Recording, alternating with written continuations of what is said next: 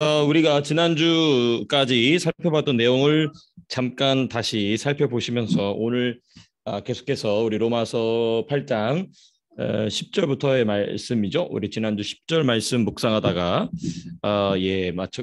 멈췄는데요. 우리가 지난주 까지 나눴던 내용 잠깐 좀 살펴보겠습니다. 우리는 이제 로마서 8장을 시작하면서 특별히 이 3절부터 시작되고 있는 율법의 요구, 그렇죠? 네. 4절에 나와 있는 율법의 요구를 이루게 하는 유일한 방법은 무엇이냐? 바로 이제 영을 따라 행하는 것이다라고 이제 우리가 살펴봤습니다. 영을 따라 행하는 것 5절부터 나와 있는 내용이죠. 그러니까 3절과 4절은 우리가 율법의 요구를 이루지 못하기 때문에 그 율법의 요구를 대신 이루신 예수 그리스도를 무엇으로 따르냐? 그 영으로 따라가야 된다.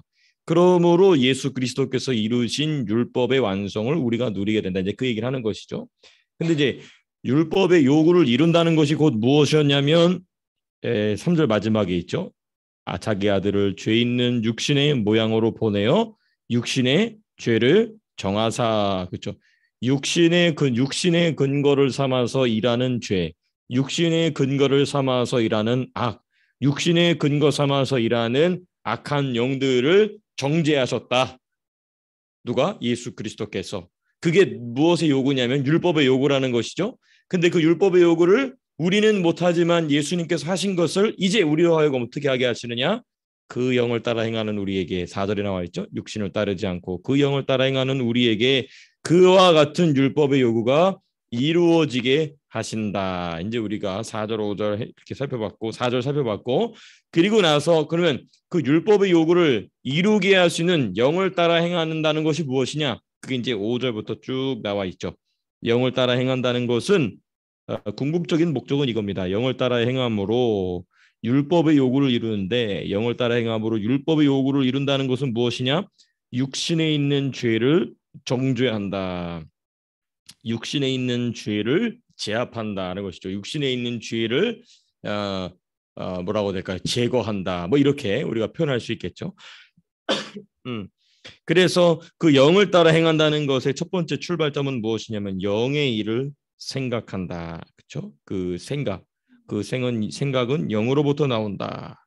그 영의 일을 생각한다는 것은 곧 무엇이냐? 사망일 수밖에 없는 육신의 생각을 거절함으로써 영의 일을 생각한다라고 이제 우리가 7절, 8절 통하여 살펴봤고, 그리고 이제 9절에서부터 11절 그 영의 생각이 생명과 평안인 이유, 그렇죠? 이 부분을 우리가 이제 살펴보고 있었습니다. 왜냐하면 우리가 이제 영의 일을 생각한다라는 말씀을 우리가 살펴보고 있었죠, 그렇죠? 그 영의 일을 생각한다고 했을 때 두 생각이 충돌한다. 첫 번째는 무엇이냐? 영의 생각이 있고 그 다음에 육신의 생각이 있다. 그래서 육신의 생각은 7절, 8절에서 우리가 사망이구나 살펴봤습니다.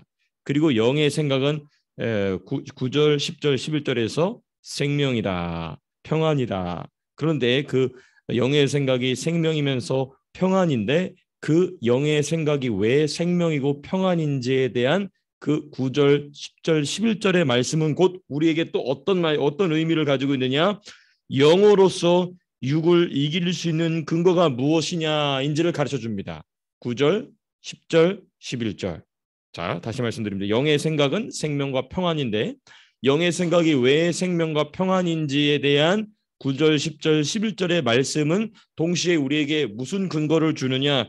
우리 속사람으로 거듭난 성도의 영으로 성도의 육신의 생각, 육신의 행위를 이길 수 있다라는 이길 수 있다라는 충분한 근거를 제시하는 말씀이 9절, 10절, 11절이죠. 그러니까 우리가 4절까지 3절, 4절에서 이야기한 대로 율법의 요구를 이룬다라는 것은 곧 영의 생각을 따라간다는 것이고, 영의 생각을 따라간다는 것은 곧 생명과 평안을 얻게 되는데, 그 영의 생각으로 말미암아 얻게 되는 생명과 평안을 설명하는 9절, 10절, 11절은 동시에 우리에게 무엇을 알려주느냐? 우리가 영으로 육을 이길 수 있는 근거가 무엇인지를 가르쳐 준다라는 것이죠. 그러니까 영으로 육을 이긴다는 것은 곧 무엇이냐면 3절식으로 얘기한다면 육신의 모양으로 보내어 육신의 죄를 정하사라는 그 예수님의 사역이 이제 우리의 심령 안에서 일어나게 되는 것이죠. 예, 제가 지금 드린 설명이 좀 우리 성도님들께서 이해하시기가 어렵지 않으셨나요? 괜찮으셨나요? 네, 이해가 제가 질문을 따로 하진 않겠습니다. 나중에 이제 여러분들의 후배가 생기시면 그때 막 질문하면서 제대로 이해했는지 못 알아들었는지 계속 이렇게 질문해 주시길 바랍니다. 자, 그래서 첫 번째, 영의 생각이 생명과 평안인 이유 첫 번째, 또 다른 말로 표현한다면 우리의 거듭난 영으로 우리의 육신을 이길 수 있는 첫 번째 근거는 무엇이냐?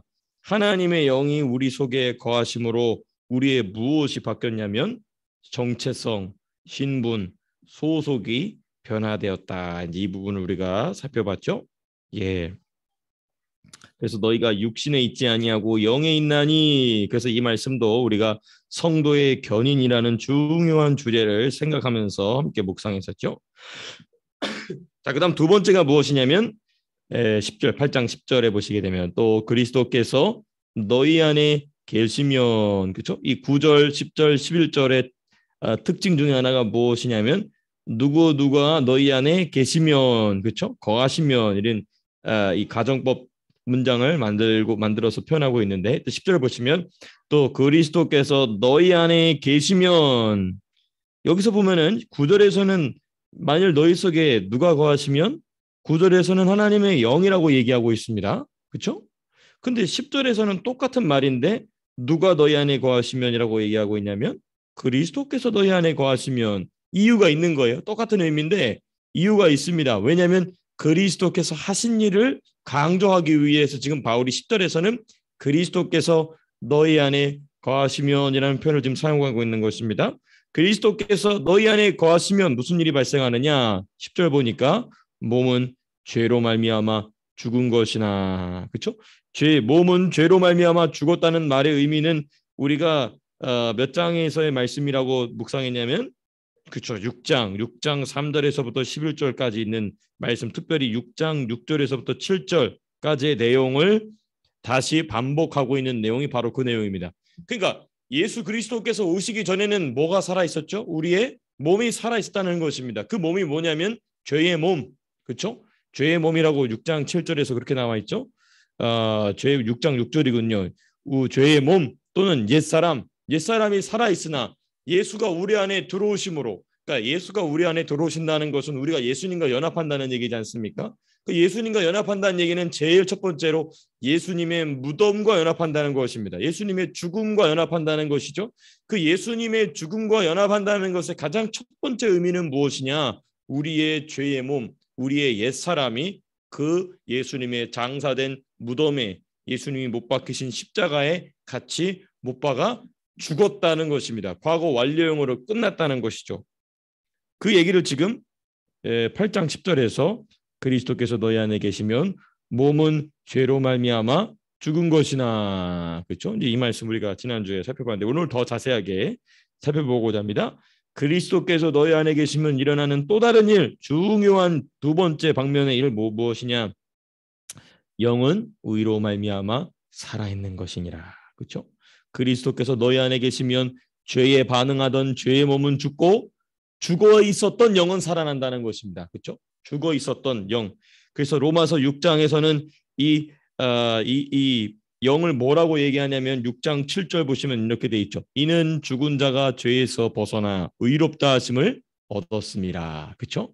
6장 7절 그렇게 돼 있죠. 이는 죽은 자가, 여기서 말하는 죽은 자는 뭡니까? 죽었던 우리의 속사람이죠. 죽었던 우리의 영이 뭐에서 벗어나? 죄에서 벗어나. 무엇이 죽었으니까? 옛사람이, 죄의 몸이 예수 그리스도의 죽음과 연합함으로 죽었기 때문에 우리의 속사람이 해방되는 것입니다. 거듭남으로써 속사람이 그 상태에서 해방이 되는 것이죠. 그래서 무엇을 얻는다? 의롭다 하심을 얻었습니다. 그 내용, 6장 7절의 이 내용을 지금 6장 10절에서 말하고 있는, 8장 10절에서 영은 의로 말미암아 살아있는 것이냐. 그러니까 이 8장 10절은 6장 6절과 7절 두 구절을 다시 재차 반복하면서 말하고 있습니다. 다만 이 맥락은 무슨 맥락이냐면 영의 생각이 생명과 평안인 이유, 또 다른 말로는 영으로서 육신의 행실을 이길 수 있는 두 번째 근거입니다. 그리스도께서 우리 안에 계심으로 우리의 죄의 몸은 이미 죽었고 죄의 몸은 죽었고 우리의 영은 의로 말미암아 다시 살아나게 되었다. 이제 이 내용이 10절에 있는 내용인데요. 자, 그럼 보다 더 구체적으로 우리가 지난주에 제가 좀 앞서가면서 말씀을 드렸지만은 다시 지난주 내용을 그냥 말씀으로만 드렸던 그 내용을 재차 다시 반복하면서 말씀드리고자 합니다. 여기 보면은 바울이 죽은 몸에 대한 언급을 합니다. 그렇죠? 10절에 보게 되면 또 그리스도께서 너희 안에 계시면 몸은 죄로 말미암아 죽은 것이나, 그렇죠? 우리의 죽은 몸에 대한 얘기를 다시 반복하면서 이야기합니다. 자, 여기다 아이고 죽은 몸에 대한 언급의 목적이 무엇인가? 예, 이 표현을 우리가 좀 잘 생각해 볼 필요가 있습니다. 무엇이냐면 분명 죽었으나, 그렇죠? 분명히 죽었습니다. 우리가 지난주에 토론하면서 함께 나눴던 말씀, 분명 죽었으나 여전히 살아서 라는 표현보다는 사실은 우리가 지난주에 또는, 그렇죠? 여전히 살아처럼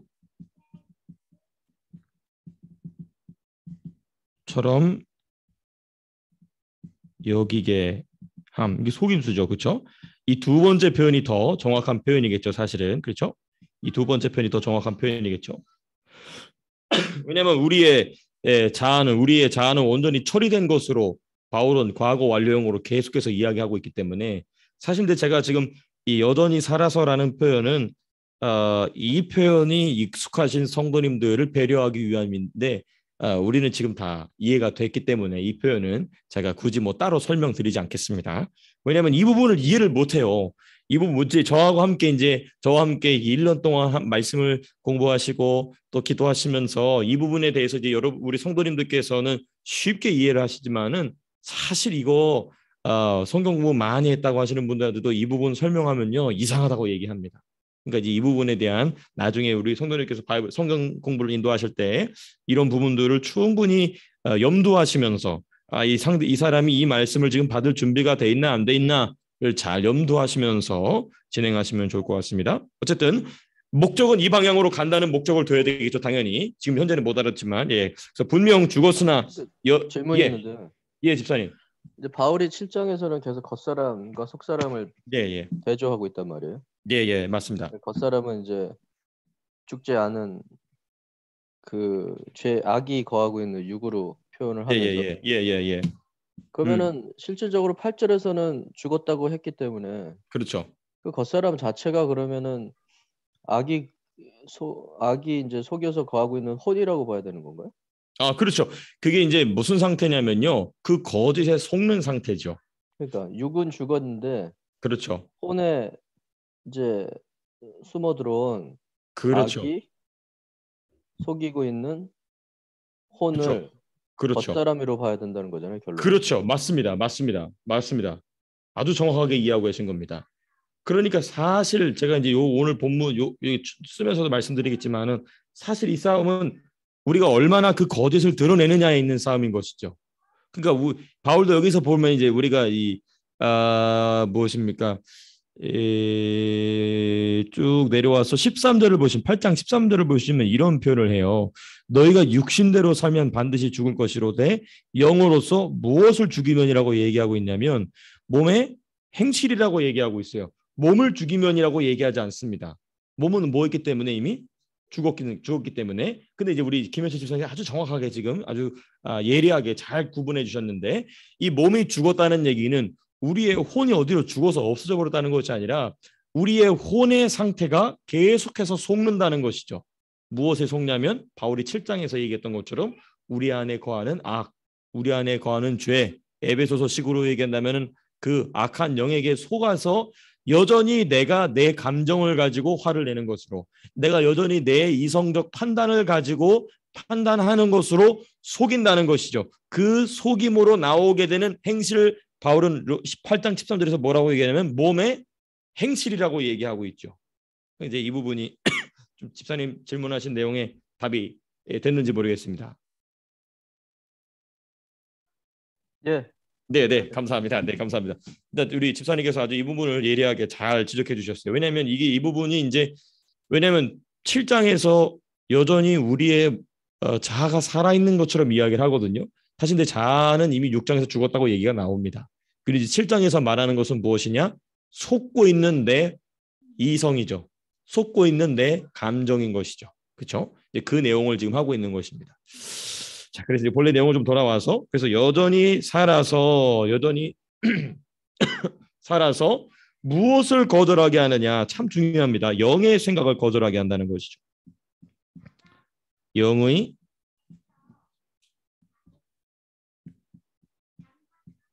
영의 생각을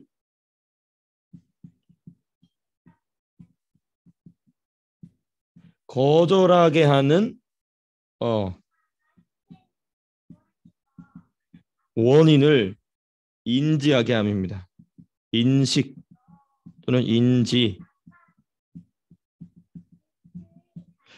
왜 죽은 몸에 6장에서 이미 죽었다라고 얘기한 내용을 왜 바울은 반복할까? 중요한 내용이니까 그냥 반복하는 그게 아닙니다.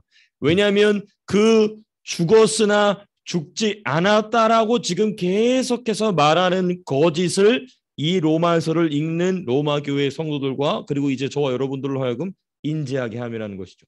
죽었으나 죽지 않은 것처럼 거짓으로 활동하고자 하는 이 부분은 이제 우리가 충분히 나눈 내용이기 때문에 제가 그냥 이렇게 이 부분에 대한 레퍼런스 구절은 7장 17절에서부터 7장 21절 보시게 되면은 7장 17절부터 쭉 보시게 되면 우리가 충분히 공부한 내용입니다만은 이제 그것을 행하는 자가 뭐가 아니요? 내가 아니요. 여기서 말하는 내가 할 때 내가는 누굽니까? 내 속사람이 아니요. 내 속에 거하는 무엇이다? 죄다. 그렇죠? 내 속 곧 내 육신에 선한 것이 거하지 아니하는 것을 아노니 원함은 내게 있으나 그죠? 속사람의 그 원함은 있으나 선을 행하는 것은 없노라. 그렇죠? 쭉 이제 내려오는데 근데 여기서 보면은 17절에 이제는 그것을 행하는 자가 내가 아니요 내 속에 거하는 죄가 우리 안에 어떻게 들어오게 되느냐. 10절, 뭐 9절 또는 8절, 9절, 10절 쭉 나오죠. 그렇죠? 그러나 죄가 기회를 타서 계명으로 말미암아 이 내용은 우리가 충분히 또 공부한 내용이기 때문에 생략하도록 하고요. 그래서 이 7장 17절에서부터 21절에 기록한 이 표현되는 내 속, 예, 그렇죠? 이 내 속 또는 내 육신, 내 육신이라고 표현하죠, 그렇죠? 예, 요 표현을 우리가 유념해서 본다면 우리 김면수 집사님께서 해주신 질문에 우리가 더 깊이 있는 묵상을 해볼 수 있는 귀한 근거가 되는 것이 바로 이 7장 17절에서부터 7장 21절까지의 말씀입니다. 자, 그 다음에 이제 우리가 세 번째로 이 10절에서부터 살펴봐야 될 세 번째 내용은 무엇인가? 예, 이 10절에서 우리가 또 묵상해 봐야 될 중요한 주제는 영은 의로 말미암아 살아있는 것이니라라는 말씀입니다. 그러니까 이 의는 어떤 의냐면 우리의 속사람, 우리의 영을 살아있게 하는 의다. 이 의가 그러니까 여러분 우리가 칭의라는 개념이 지금 이제 장로교 계통을 중심으로 이야기하고 있는 그 칭의 개념은 참 그래도 상당히 비교적 깊이 있게 이 의에 대한 설명을 깊이 있게 하고 있는 것입니다. 그러나 우리가 로마서를 살펴보게 되면은 이 의가 실제적으로 우리 안에서 어떤 일을 일으키고 있느냐에 대해서는 그 정도 깊이까지는 잘 들어가지 못하고 있는 것을 우리가 좀 보게 되는데 이 의는 일단 본래 말씀 좀 돌아와서 이 의는 누구의 의입니까? 바로 예수 그리스도의 의죠. 예수 그리스도의 의이며 성도가 거듭남으로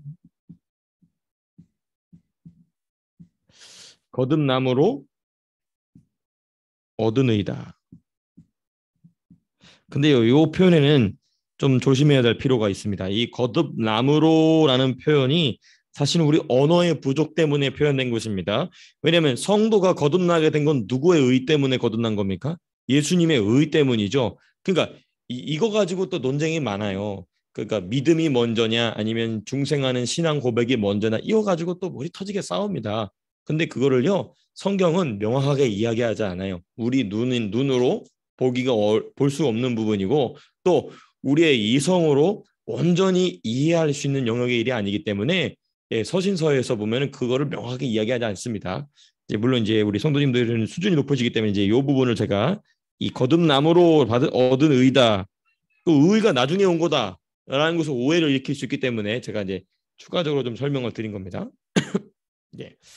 이 말씀에 대한 또 근거가 사실은 6장에 이미 나와 있습니다. 6장 7절 그죠? 우리가 살펴봤죠.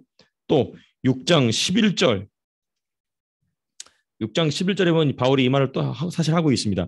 이와 같이 너희도 너희 자신을 죄에 대하여는 죽은 자요 그리스도 예수 안에서 하나님께 대하여는 그렇죠. 살아있는 자로 여길지어다. 그러니까 똑같은 말이 또 반복되고 있죠.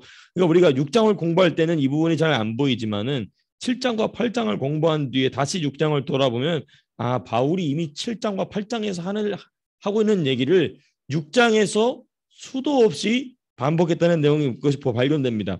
이와 같이 너희도 너희 자신을 죄에 대하여는 죽은 자. 여러분 죄에 대하여 죽은 건 뭐였습니까? 우리 8장 10절로 돌아와 보시면 죄에 대하여 죽은 건 뭐죠? 너희 안에 그리스도께서 계시면은 몸은 뭐로 말미암아 죽었다고요?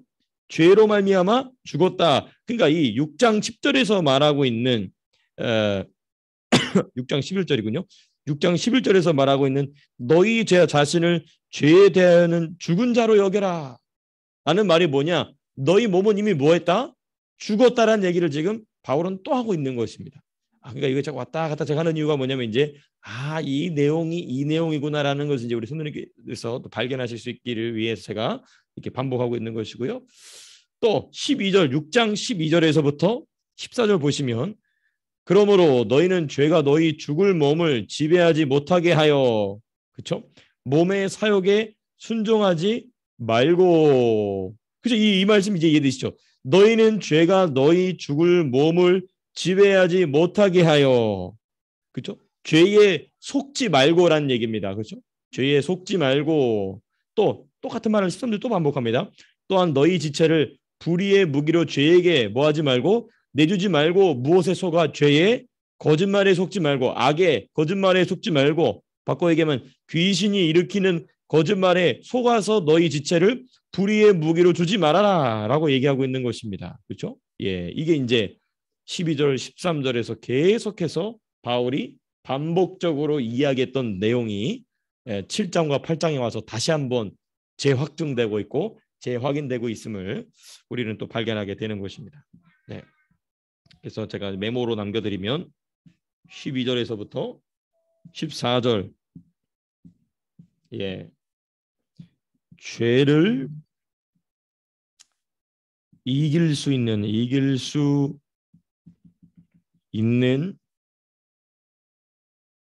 근거와 원리를 6장에서 이미 이야기하고 있었던 것입니다.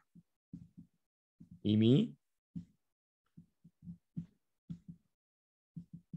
예, 그렇죠.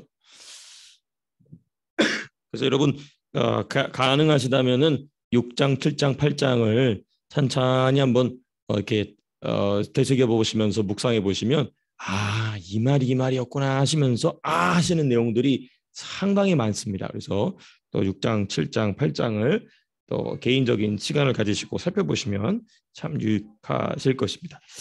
자, 그다음에 이제 우리 세 번째 근거입니다. 우리가 우리의 영으로서 우리의 겉사람을 이길 수 있다라는 세 번째 근거 11절입니다. 11절. 예, 세 번째 근거 11절. 11절 보면 또 이런 표현이 있죠. 이게 예수를 죽은 자 가운데서 살리신 이의 영이, 이것도 다 제가 기록하겠습니다. 예수를 죽은 자 가운데서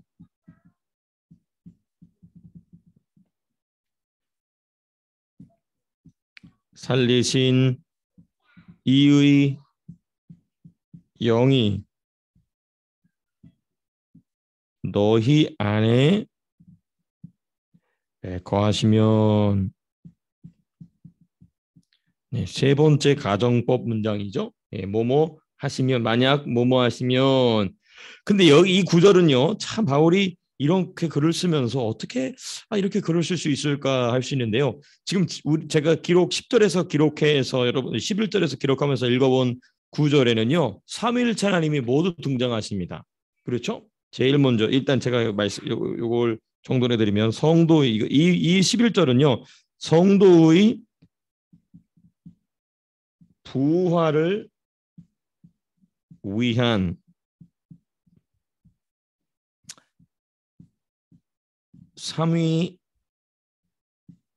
삼위일체 하나님의 사역이 이 11절 요 앞구절에 다 기록이 되어 있습니다. 하나씩 좀 찾아보면서 기록해 본다면, 예수를, 이런 표현이죠. 10절 11절 보시면 예수를 죽은 자 가운데서 살리신 이, 그렇죠? 예수를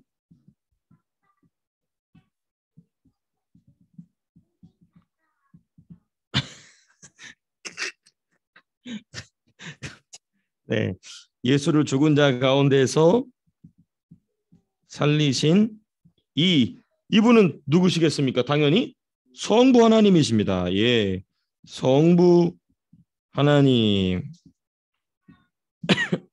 자, 그다음에 두 번째, 또 무슨 말씀이 있습니까? 예수를 죽은 자 가운데서 살리신 이의 영, 이렇게 표현이 나오죠, 그렇죠? 예수를 죽은 자,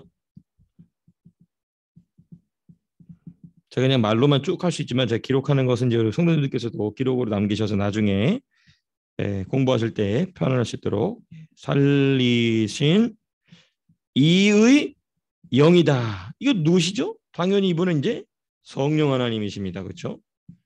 성령 하나님이시다. 자, 그다음 이제 마지막 세 번째, 죽은 자 가운데서 살아나시니 예수님이시죠. 그렇죠? 죽은 자 가운데서 살아나신 이분은 당연히 이제 성자 예수님이십니다. 그러니까 성도의 부활을 위하여서 성삼위 하나님이 이렇게 함께 일하셨다라는 것을 이제 우리가 살펴볼 수 있는데요. 자, 그러면 여기 아주 재미있는 표현이 있습니다.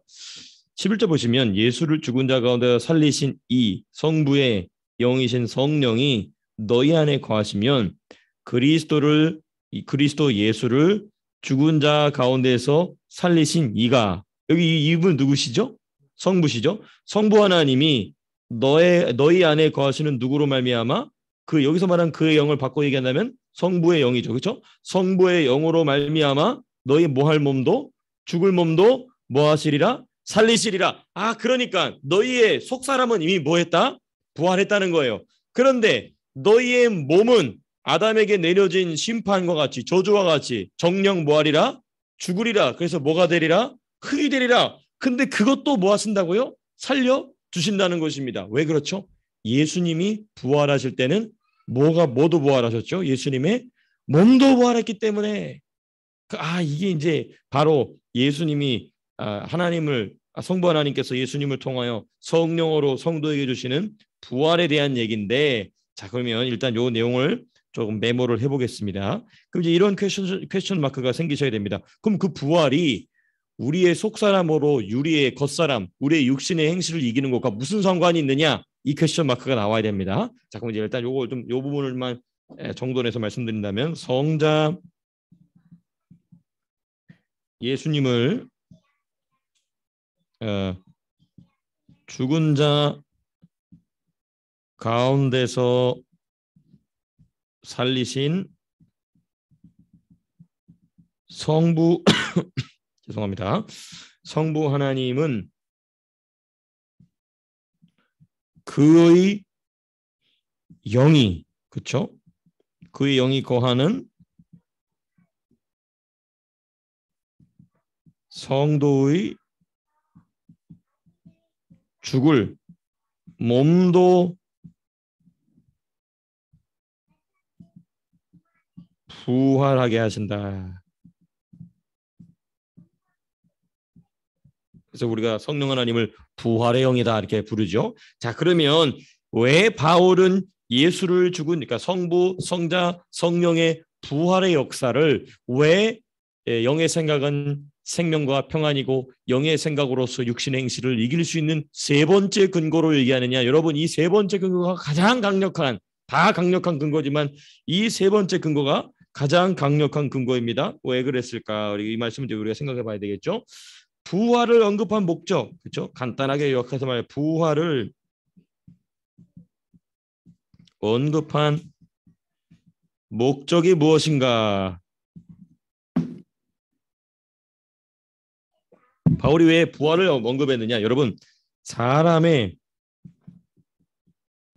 사망 상태, 여기서 말씀드리는 사망 상태는 육신도 죽어 있는 사망 상태를 말씀드리는 겁니다. 그러니까 영적으로만 죽어 있는 사망 상태뿐만 아니라 사람이 이제 육신까지 죽어서 지옥에 가 있는 상태죠, 그렇죠? 사망 상태, 곧 이게 지옥으로 들어간 상태죠. 이 사망 상태는요 무엇의 결과이냐면 사람이 육신의 육신의 생각으로 살아간 삶의 최종 상태입니다. 제가 이제 글로 말씀드려서 조금 이해가 더디실 수도 있는데요. 사람이 지옥에 가는 이유가 뭡니까? 하나님이 그 사람을 지옥에 처박아서가 아니고 그 사람이 무엇대로 살아서 그렇죠. 육신의 생각대로 자기 생각대로 산 것의 최종 상태가 뭐냐면 지옥으로 들어가 있는 것입니다. 지옥으로 들어가 있다는 것은 그러므로 그 사람이 얼마나 강력하게 누구의 생각대로 살았느냐? 자기 생각대로 살았느냐? 그 자기의 생각은 누구의 생각이죠? 사실은 뱀의 생각입니다. 마귀의 생각이죠. 악한 귀신의 생각대로 산 삶의 최종 상태. 그러므로 이것은 누구도 되돌릴 수 없어요. 이렇게 지옥으로 들어가 이렇게 사망 상태에 빠져 있는 사람은 누구도 되돌릴 수 없다. 누구도 되돌릴 수 없다. 그런데 누구는 되돌아오셨다는 겁니까? 예수님은 그 사망의 상태에서 뭐 하셨다고요? 되돌아오셨다는 것입니다. 그리고 그 되돌아오게 하신 이의 능력이 이제 누구 안에 거하고 있다? 너희 안에 거하고 있기 때문에 이제 영으로서 육신의 생각을 이기지 못한다는 것이 오히려 불가능한 일이다. 라는 말씀 역설적으로 하고 있는 것입니다. 다시 좀 기록하면서 말씀드리면 그러나 누구도 이 사망 상태를 되돌릴 수 없으나 예수님은 그 사망의 상태에서 되돌아오셨죠.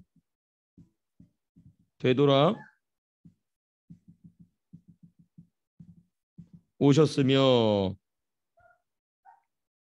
그 일을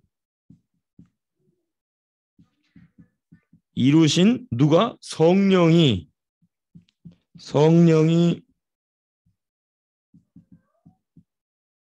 성도에게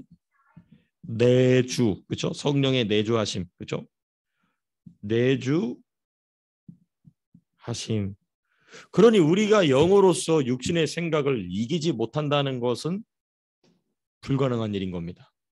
왜 그러냐? 자기의 생각대로 평생 살다가 지옥으로 간 것을 누구도 롤백할 수 없습니다. 근데 누군 하셨다고요? 예수님이 하셨다는 것입니다. 근데 그 예수님이 돌아오실 때에 그 예수님을 살리신 이의 영이 누구 안에 거하심으로? 우리 성도 안에 거함으로 이 일이 불가능하다는 것 자체가 불가능하다는 겁니다. 그러니까 우리가 이게 로마서를 깊이 공부하면요. 우리가 육신을 이기지 못한다는 것 자체가 엄청난 거짓말이구나 하는 것을 발견하게 되는 것입니다. 그러니까 우리가 로마서를 깊이 공부하기 전에는 내가 내 자아를 깨트린다는 게 너무나 크고 어렵고 힘들고 이런 생각이 쫙 오거든요. 근데 이 로마서 8장 특별히 11절 말씀을 깊이 묵상하면은 이게 내가 어마어마한 거짓말에 속고 살았구나. 죽은 자 가운데서 살리신 이가 내 안에 계시고 죽은 자를 살리신 이의 영이 내 안에 거하심으로 이걸 이기지 못한다는 것 자체가 거짓말이구나. 그래서 마귀는 무엇의 압이다? 거짓의 압이라는 것이죠. 이게 이제 우리가 지난주에 토론하면서 함께 나눴던 말씀인 것입니다. 그래서 이래서 이 말씀은 따라서 성도가는이 아니고 성도가 영으로 육을 이길 힘은 넘치고도 남는다.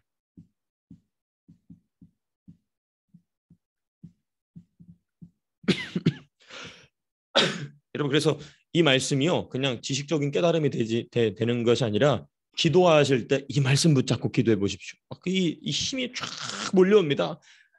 목사도 사람이기 때문에 죄를 짓거든요. 육신의 생각이 내가 또 속았구나. 이게 또 이 원수에게 또 속아서 내가 또 이렇게 실수했구나 이러거든요. 그러면 낙심과 좌절이 찾아올 때 이 말씀을 묵상하심으로 기도 자리가 안으로 쭉 들어가 보십시오. 그러면 저는 종종 그렇습니다. 종종 이 머리끝에서 발끝까지 막 이 전기가 치치하듯이 다시 새 힘이 부어집니다. 이게 이 말씀을 우리가 깊이 묵상하는 핵심적인 목표인 것입니다. 그래서 오늘 새벽에도 말씀이 무엇이었습니까? 기도의 습관을 가지라. 그렇죠? 아침과 저녁으로 그냥 기도하는 게 아니고 사실은 이러한 말씀을 붙잡고 기도하는 기도의 습관이 우리 사랑하는 성도님들에게도 깊이 새겨지실 수 있게 되기를 바랍니다. 그러니까 우리가 어떤 기도의 응답, 어떤 복을 받느냐, 우리가 어떤 응답을 받느냐도 참 우리에게 있어서는 중요한 주제지만은 사실 그 모든 삶의 문제들을 돌파할 힘은 이런 말씀을 붙잡고 기도하면서 얻는 힘으로 얻는다는 것이죠. 그 나머지 것들은 이 말씀을 토대 삼아서 힘을 얻는 자에게 하나님이 거저 주시는 축복이라는 것을 우리가 또 이 말씀을 통하여서 살펴보게 되는 것입니다. 이게 바로 바울이 우리에게 제시하는 세 가지 근거, 우리의 속사람으로 우리의 영으로 얼마든지 육신의 행실을 이길 수 있다라는 용기를 주는, 저는 이 말씀을 깨달으면서 정말 눈물이 났어요. 그렇구나. 내가 내 자아를 이길 수 있구나. 내가 내 이 육신의 생각을 이길 수 있구나 하는 큰 힘과 용기를 얻었던 그런 말씀인 것입니다. 결과적으로 죄를 죽일 수 있다는 얘기네. 예? 결과적으로 죄를 죽일 수 있다는 얘기. 그렇죠. 죄를 이길 수 있다는 것이죠. 그렇죠. 죄를 이길 수 있다는 것이죠. 죄를 죽일 수 있다는 거잖아요. 그렇죠. 사실 그 죄를 죽인다라는 표현은 죄는 죽인다는 표현은 없어진다는 거지 않습니까? 그렇죠? 네.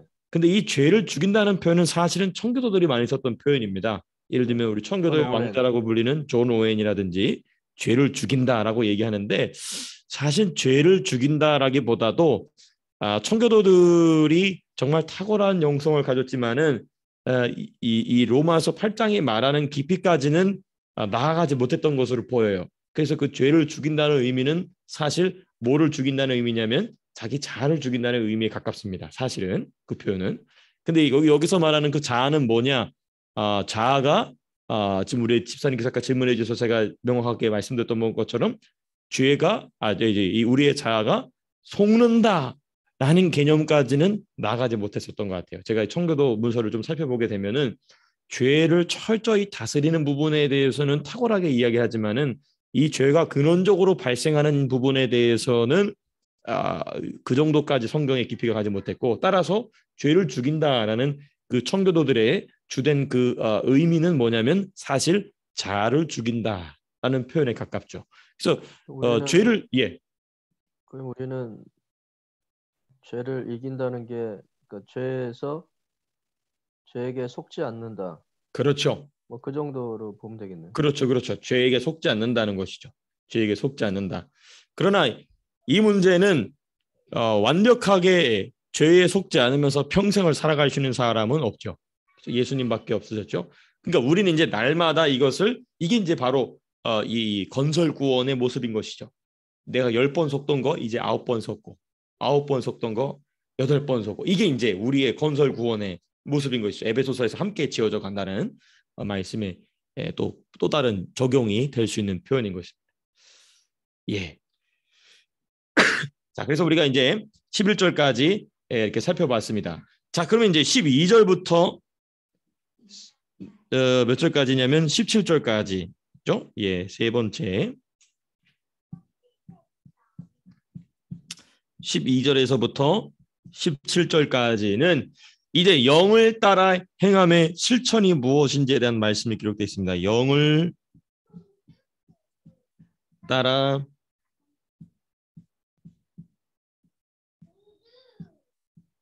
행함의 실천. 예. 근데 잠깐만 11절에서 예. 8장 11절 말씀하시는 거죠? 마지막에 예. 죽을 몸도 살리신다는 얘기는 예. 그러니까 우리 모탈 바디를 얘기하는 맞습니다. 거잖아요.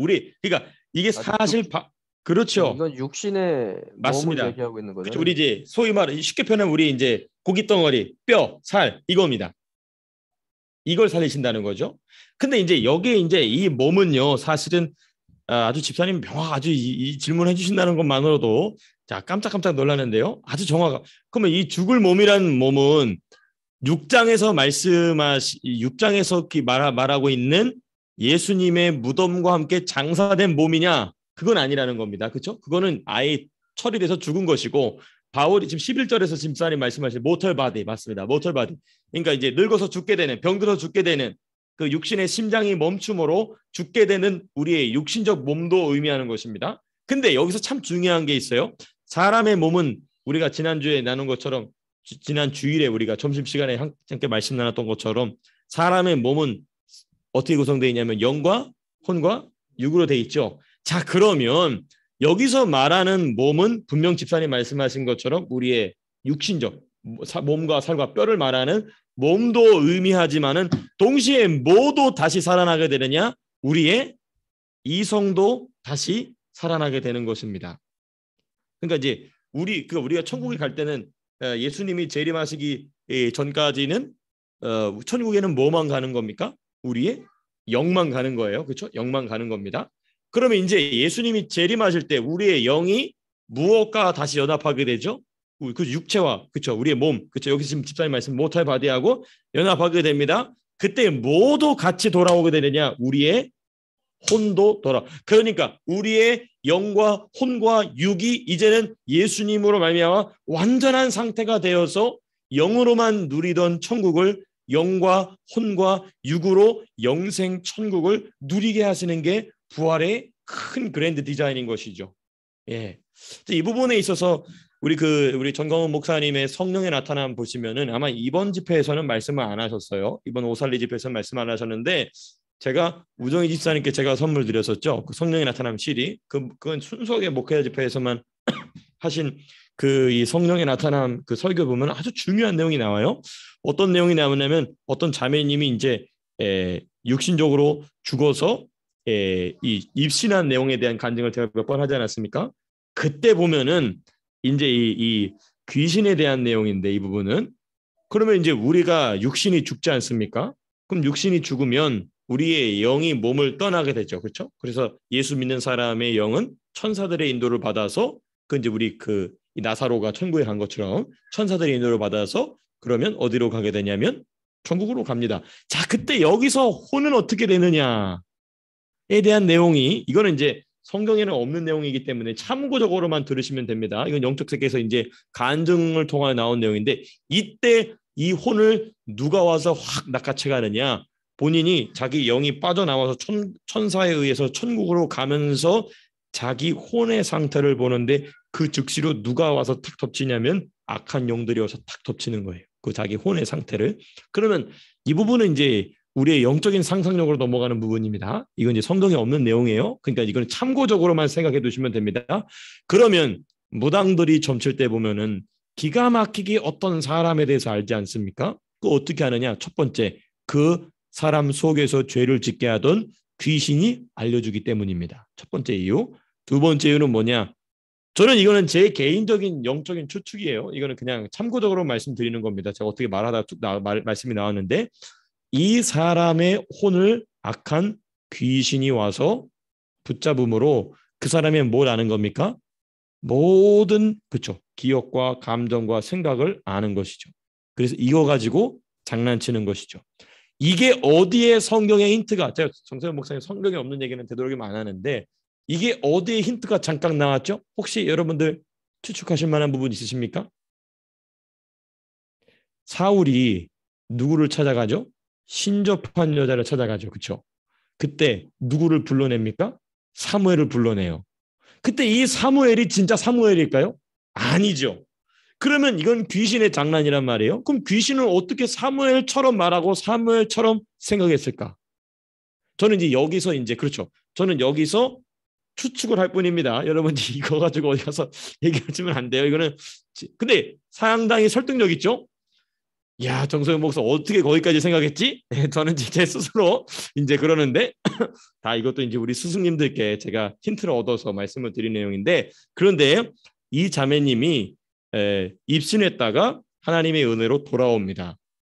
돌아올 때 이게 이제 부활할 때 일어나는 현상과 똑같은데 그 육신으로 영이 예수의 이름으로 천사가 일으켜요. 예수 이름으로 들어가라 해요. 근데 들어가기 전에 천사들을 둘이 대화를 하는 거예요. 아, 이 자매의 혼이 어디로 갔나? 근데 혼을 찾아옵니다. 근데 찾아올 때 시커먼 귀신들이 덮고 있으니까 그때 한 명의 천사가 막 찬송을 부르는데 옆에 있는 천사가 뭐라고 설명하냐면 이 자매의 영에다 대놓고 설명하는 거예요. 이 찬송은 다윗이 사울에게 덮인 악신을 쫓아낼 때 불렀던 찬송이다라고 얘기하면서 이 찬송을 부르는 거예요. 그러니까 천사가 그 찬송을 부르니까 그 악한 귀신이 그 혼을 덮고 있던 것이 싹 돌아가면서 그리고 이 혼을 육신에 먼저 예수 이름으로 넣고 그 다음에 예수 이름으로 그 영은 예수 이름으로 돌아가니까 벌떡하면서 몇 번 기침하냐면 7번 기침하면서 다시 입신에서 돌아오는 간증을 제가 들어본 적이 있습니다. 신비한 내용이죠. 그래서 이제 여러 가지 왜냐하면 이 그때 우리 전 목사님은 이제 찬송의 중요성에 대한 이야기를 이제 하시면서 이 간증을 쭉 얘기했었는데 한번 원본은 아마 인터넷에 안 올라와 있을 겁니다. 이제 순수하게 목회자 집회 전용으로 만들었던 거기 때문에 어찌됐든 참고적으로 제가 이제 우리 김 집사님 하신 질문에 제가 그냥 막 뻗쳐서 더 답변을 막 이렇게 드렸습니다. 신비한 영적인 사실 세계 제 예 질문은 예 10절에 있는 몸과 11절에 있는 몸이 서로 다른 몸에 대해서 얘기를 하고 있으니 맞습니다. 왜 이렇게 얘기를 하고 있는가? 왜냐하면 그렇게 설명을 하려면은 이 로마서 자체가 어마어마하게 길어지겠죠. 그러니까 무엇을 위해서 이렇게 따로따로 설명을 하고 있는지. 제일 중요한 거는요. 또 제가 누차 말씀드렸지만 이 말씀을 탁 읽었을 때 로마 교회 성도들은 뭐가 없었다? 오해가 없었다. 이 글을 읽는 당사자들은 이 바울의 글을 이해할 정도로 깊은 영성 안에 들어가 있었던 것이죠. 그렇죠? 그리고 또 바울이 나중에 로마 교회를 또 뭐 하죠? 이 편지를 보낸 다음에 방문합니다. 방문해서 우리 이게 로마서 1장에 나오는 내용인데요. 로마서 1장 보시게 되면은 로마서 1장 보시게 되면 1장 13절 1장 10절이군요. 10절부터 나옵니다. 10절 보시면 이렇게 되어 있습니다. 어떻게 하든지 이제 하나님 뜻 안에서 너희에게 나갈 좋은 길을 얻기를 구하노라. 내가 너희 보기를 간절히 원하는 것은 무엇을 나눠주기 위하여 어떤 신령한 은사를 너희에게 나누어 주어 너희를 그러니까 바울은 이 로마 교회로 가서 이렇게 깊이 그러니까 지금 집사님 말씀하시는 의도는 충분히 이해가 됩니다. 왜냐하면 10절에서 말하는 몸과 11절에서 말하는 몸이 달라요. 다른 몸입니다. 이제 이거는 이제 세 번째 의는 뭐냐? 인간의 언어에 또 부족함도 있겠죠. 그렇죠? 이제 그걸 다 커버하기 위해서 이제 로마서 자체가 엄청 두꺼워져야 되겠죠. 그러니까 이제 그런 이유 때문에 바울은 이 10절과 11절에서 같은 단어이지만 다르게 사용된 것을 우리는 좀 이렇게 확인하는 것이죠. 질문에 대한 답변이 됐는지 모르겠습니다, 집사님. 아니 그 저는 왜 이렇게 여러 각도로 예, 예, 예. 얘기를 하고 있는지 뭘 설명해 음, 주기 위해서.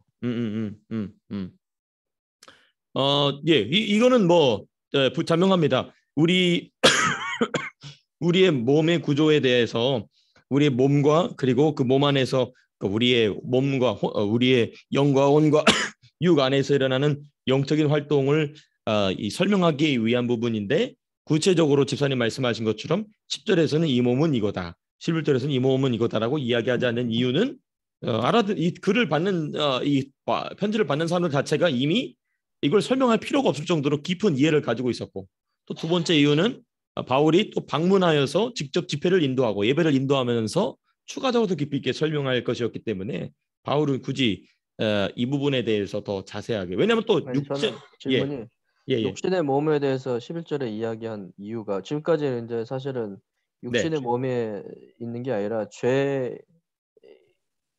인해서 그러니까는 그 죄가 죽었다는 걸 설명하기 위해서 그 육을 얘기했는데 죄가 죽었다는 것이 아니라 아, 죄로 말미암아 죄를 짓던 몸이 죽었다는 것이죠. 그렇죠. 예. 몸이 이거 예, 예수 예. 그리스도가 정죄함으로써 예, 더 맞습니다. 이상 이제 맞습니다. 죄는 육신은 죽었다. 근데 그 육신이 이제 그렇게까지 쭉 설명하다 갑자기 11절에서 이제 갑자기 몸에 대해서 이제 진짜 그 피지컬 몸에 대해서 얘기를 하는 이유가 아, 예, 예, 예, 예. 예. 부활을 설명하기 위해서 하는 거예요? 그렇죠, 그렇죠, 그렇죠. 부활 때문에 그런 것이죠. 심지어 너희의 죽을 몸도 살릴 것이다. 이것이죠. 심지어 죄송합니다. 제가 집사님 질문을 말 때 제일 이해를 못했네요. 심지어 우리의 모탈 바디까지도 살리실 정도의 능력이 너희 안에 있으므로 뭐 할 수 있다? 영으로서 육신의 행실을 이길 수 있다라는 얘기를 지금 이제 하기 위한 목적인 것이죠. 예, 예. 네, 예, 알겠습니다. 예, 예. 예, 예. 하여튼 집사님 질문을 제가 말귀를 못 알아듣고 죄송합니다. 한참 막 이제 잘못 대답을 드렸네. 죄송합니다. 예, 네. 예, 어쨌든 그래서 왜 부활에 대한 얘기를 하셨느냐? 제가 말씀드린 것처럼 이와 같은 사망 상태로 갈 수밖에 없는 사람의 몸까지도 살리신 그 성령이 너희 안에 거하심으로 우리의 속사람으로 겉사람의 행실을 얼마든지 이길 수 있다라는 내용을 이제 이야기하기 위해서 몸에 대한 이야기를 이제 한 것이죠. 그렇습니다. 예, 그래서 제가 이제 오늘 또 이제 12절에서부터 17절까지 말씀을 더 생각하려고 했지만은 이것도 한번 시작하면은 계속 쭉 나가야 되기 때문에 오늘은 여기까지 또 우리가 찬양을 생략했기 때문에 거의 1시간 가까이 한 50분 이상 나눴기 때문에 오늘은 여기까지 하도록 하고요.